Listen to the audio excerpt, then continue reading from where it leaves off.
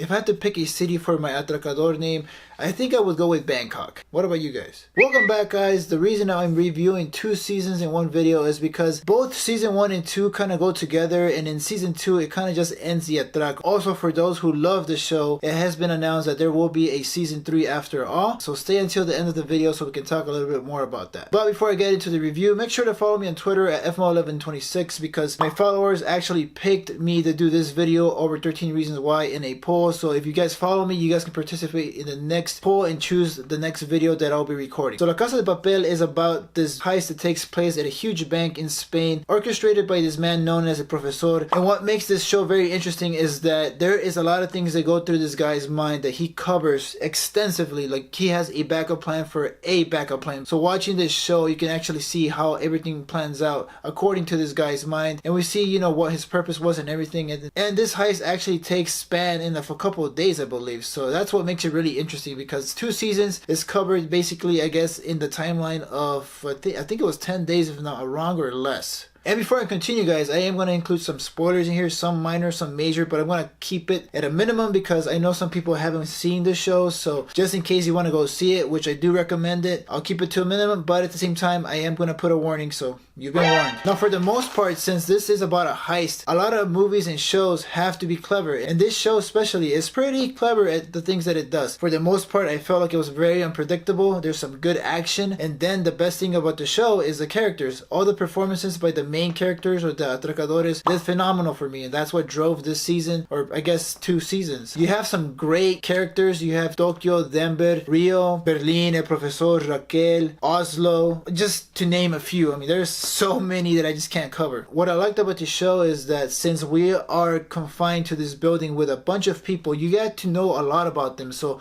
the way that they explore each character through backstories or flashbacks is pretty good. You know, some are great, some are very tragic. So learning about these characters actually matters because you get attached to them in a way or another. It's actually pretty difficult to pinpoint, you know, which one are going to be the main characters, because obviously you have a Professor and Raquel, who's the detective, you know, trying to find the master behind the plan. But at the same time, you know, you kind of like the relationship. Same thing with Tokyo and Rio, or Denver and Monica. Like, there's so many like character arcs that you're gonna like kind of want to follow more. You want to learn more about him. Like, especially me, I like Berlin. Like, he was just a psychopath. I don't know why I liked it, but I just liked this character. In Nairobi, I loved her accent. I like how she talked. Every time she was on screen, I just wanted to hear her voice. Weird attraction. I love accents. She was just one of my favorites. But yeah, you're gonna find someone in this show that you're gonna be attached to, or you're just gonna want to follow their arc throughout both seasons. Now, like I said, the show is pretty unpredictable, but it's not perfect. You know, it does fall into some cliches, and you know, towards the end, I would say that it gets pretty predictable, which kind of sucks because I didn't want it to fall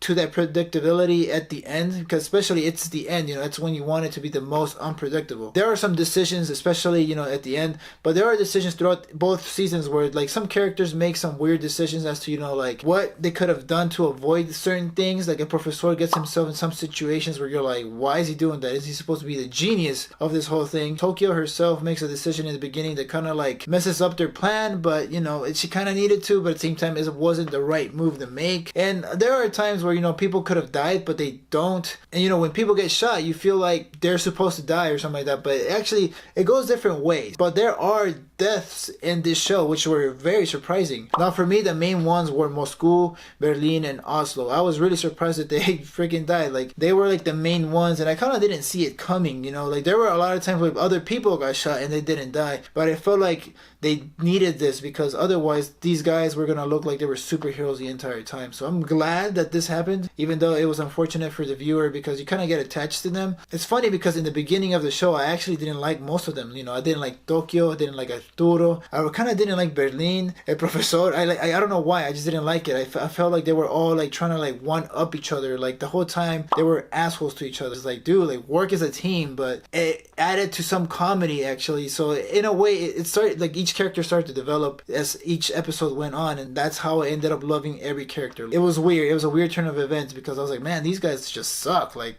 you know, it's not that their performances were bad, it's just their characters were pissing me off the entire time because I'm like, you guys are trying to like work on a heist. You guys need to work together.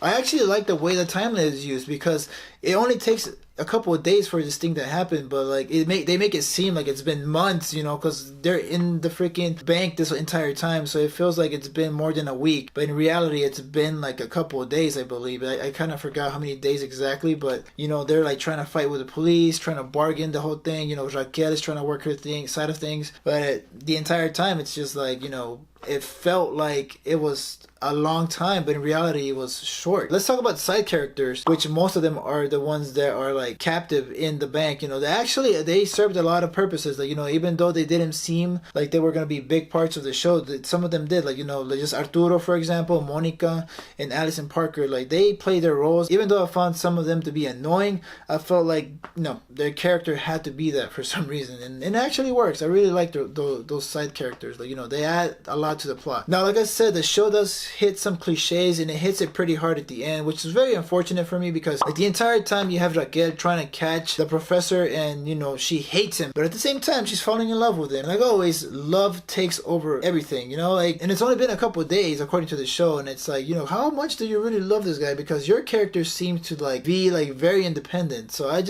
wasn't really buying it that much, so that sucked for me, because she makes a decision at the end that I'm like, oh, okay, that's weird. Like, right when you have him in front of you, like, that's your decision? Okay. And also the way that it ends, you know, like, it's been day by day how the show progressed, and when they escape and they go their separate ways, it skips an entire year, I believe. I can't remember exactly, and it ends. So it's like, what the hell happened between the entire time? So I was just like, man, this sucks. But yeah, guys, even though with those minor cliches and stuff like that, you know, those are my thoughts, kind of quick thoughts actually. You know, I hope I didn't give away a lot. I didn't want to get into the whole police thing, you know, like Raquel's like cop buddy, you know, like there's a lot of things to talk about the show, but if I want to fit it in one video, that's the main points I wanted to hit. I want to give you a quick detail about what it is, what I thought. So I'm going to give Casa de Papel season 1 and 2 a 4.5 out of 5. Even though it has its cliches and it gets predictable sometimes, I really love the show. I love the characters. That's what did it for me. So let's move on to what they are saying about season 3. So apparently in an interview with Tokyo and the Professor, they actually were called by the directors and producers, I believe, or one of them, to tell them that, hey, you want to be part of season 3. Unfortunately, they don't even know what it's going to be about, or when it's going to air, or when they're going to start doing the show. It's been a while since the interview, so I'm going to link it down in the description so you can watch it. But all we know right now is that it's going to air in 2019, so we got to wait a couple months. But obviously it's going to be exclusive to Netflix, which is, I mean, again, pretty cool, I guess, if you have a Netflix account or you have a buddy that you're borrowing. But the main question is, you know, what's it going to be about? You know, like, my thing is, I think that might be covering, you know, what happened in that gap when they escaped to, you know, when time skipped, you know, what happened in between all that. Because when they escaped, it was pretty cool, but at the same time, it's like what happened? Were police not after them at all? Or maybe I am thinking that they're gonna get reunited, probably do another heist. I don't know. I just find it hard since we don't have Berlin anymore. So we'll see what happens there. But let me know what you guys think in the comments down below. And if you guys are new to my channel, guys, please make sure to hit the subscribe and the little bell button. Also, if you like this video, hit the thumbs up. You know, like, I really appreciate that. It will help me a lot. Make sure to follow me on Twitter at fmo1126. But as always, guys, stay tuned.